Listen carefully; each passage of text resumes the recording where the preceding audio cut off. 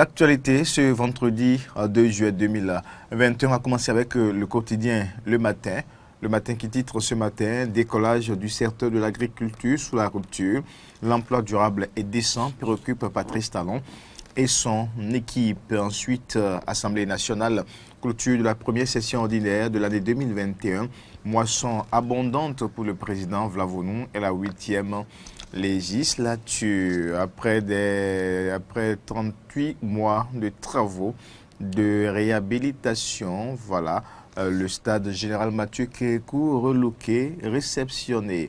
Le matin en parle ce jour. On poursuit après le matin d'Abarou, résultat catastrophique des examens de fin d'année.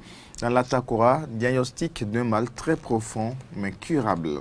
Selon le quotidien d'Abarou, deuxième session ordinaire du conseil communal de Peyonko, un collectif budgétaire de plus d'1 milliard adopté, nous informe ce matin le quotidien d'Abarou. D'Abarou laisse place au grand jury, le quotidien Le Grand Jury, adoption du deuxième collectif budgétaire d'Abou-Mekalavi.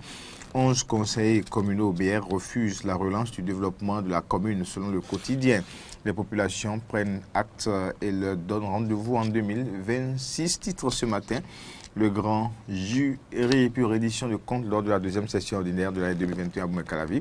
Les populations de Fofo-Diaka très fiers du maire Wandjinou pour le travail abattu selon le grand jury. On poursuit, on laisse maintenant le grand jury, on retrouve Soleil Levant et qui s'intéresse bien sûr aux actions du ministre de l'eau suite au constat de l'eau de mauvaise qualité sur le marché. Adambi prend des mesures pour préserver la santé des populations, la vente de l'eau désormais soumise à une autorisation.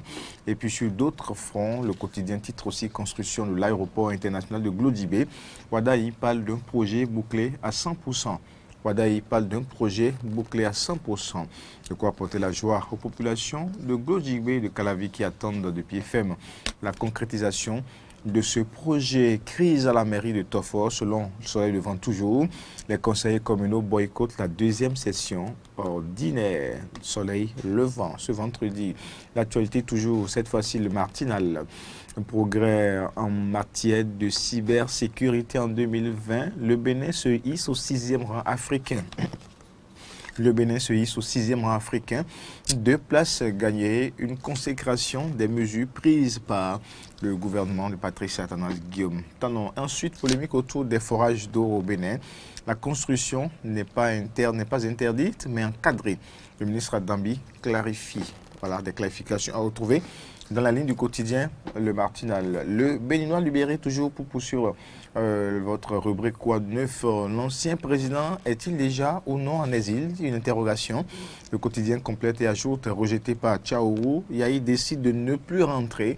Il priait un forum d'imposer à Patrice Talon de le recevoir. Le Béninois libéré donc qui en parle ce jour, qui s'est intéressé à l'ancien président.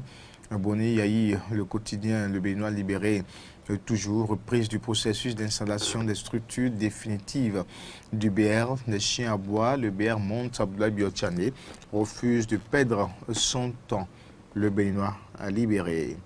On continue avec le pays émergent, exploitation de forage au Bénin, les justes et pertinentes explications du ministre Samou Seydou Adambi qui dissipe les inquiétudes des populations. La plupart de l'eau qu'on nous vend est de mauvaise qualité, regrette-t-il. Parlant bien sûr de Piowata, l'intervention du ministre Adambi dans les médias se relaye ce matin par le pays émergent, réhabilitation du stade de l'amitié général Mathieu Kérékou. Le Joao réceptionné hier, les écureuils retrouvent leur terrain fétiche. Les membres du conseil, du comité plutôt exécutif de la FBF y aurait par le ministre Osvaldo Meki. Bon, ça c'est le pays émergent qui en parle. On continue avec le potentiel trafic international de 145 kg de cocaïne. Séraphin Miotor, le visage d'un commerçant de drogue. le quotidien et bien sûr s'exclame. Donc, le PDG de Sodimès Sal risque 20 ans de prison et une dissolution de son entreprise. L'opération de rachat des conteneurs chez le Français non commerçant de sucre est suspecte plutôt, tolérance zéro pour les trafiquants. Le gouvernement veut sanctionner le potentiel du jour. Après des travaux de réhabilitation, le stade de l'Amitié, Général Mathieu Kékou, fait peau neuve, le potentiel également en parle. Et puis octroi de la licence à la SMIN. Un troisième réseau bientôt installé au Bénin, c'est bien sûr un réseau de téléphonie mobile. On laisse le potentiel. Maintenant, on retrouve Matin Libre. Construction de champs de maïs, c'est pas voilà, donc c'est plutôt destruction. Hein. Les champs de maïs par les chenilles, le phénomène date de 2016. Et bien sûr, on nous apprend ce matin. Matin Libre, on continue avec Matin Libre, autosuffisance alimentaire sous la rupture.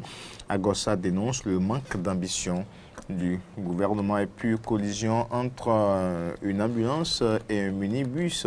Un policier décède, des blessés et dégâts matériels. Matin Libre qui nous apporte l'information ce jour. On va finir certainement avec les 4 vérités.